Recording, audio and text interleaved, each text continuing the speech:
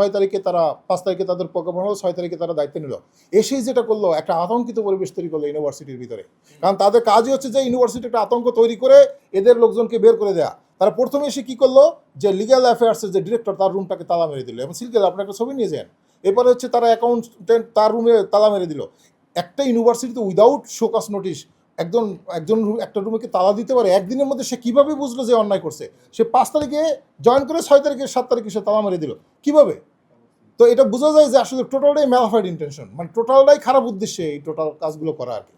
এবং স্টুডেন্টদেরকে তারা বিভিন্নভাবে এই যে 10 কোটি টাকার লোপাট এসে এগুলো দিয়ে মানে স্টুডেন্টদেরকে তারা বিভ্রান্ত করার চেষ্টা করতেছে, যাতে করে স্টুডেন্ট বোর্ড অফ ট্রাস্টির উপরে ক্ষিপ্ত হয়।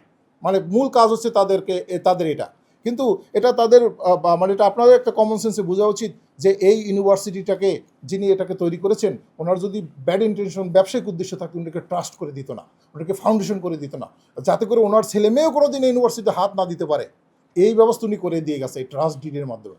তো স্বাভাবিকভাবে আমাদের কোনো আসলে কোনো মানে আমাদের টোটাল ইন্টেনশন নেই, গুড ইন্টেনশন আমাদের যে ইন্টেনশনটা।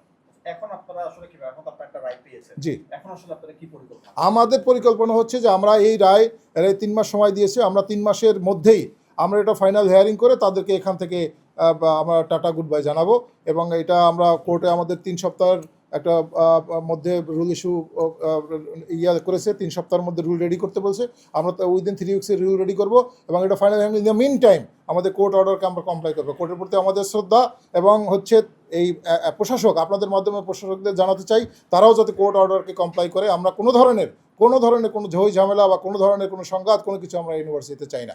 আমরা এই ইউনিভার্সিটির স্টুডেন্ট যারা আছে তাদের ভবিষ্যতের কথা চিন্তা করে, তাদের মানে তাদের একাডেমিক লাইফের কথা চিন্তা করে আমরা ইউনিভার্সিটিটাকে শান্ত পরিবেশ রাখতে চাই। আপনাদের মাধ্যমে এটা প্রশাসকদেরকে জানিয়ে দিতে চাই। আর তাদের যে উদ্দেশ্যে তারা এসেছে তারা নিজেরাও জানে কোন উদ্দেশ্যে তারা এসেছে।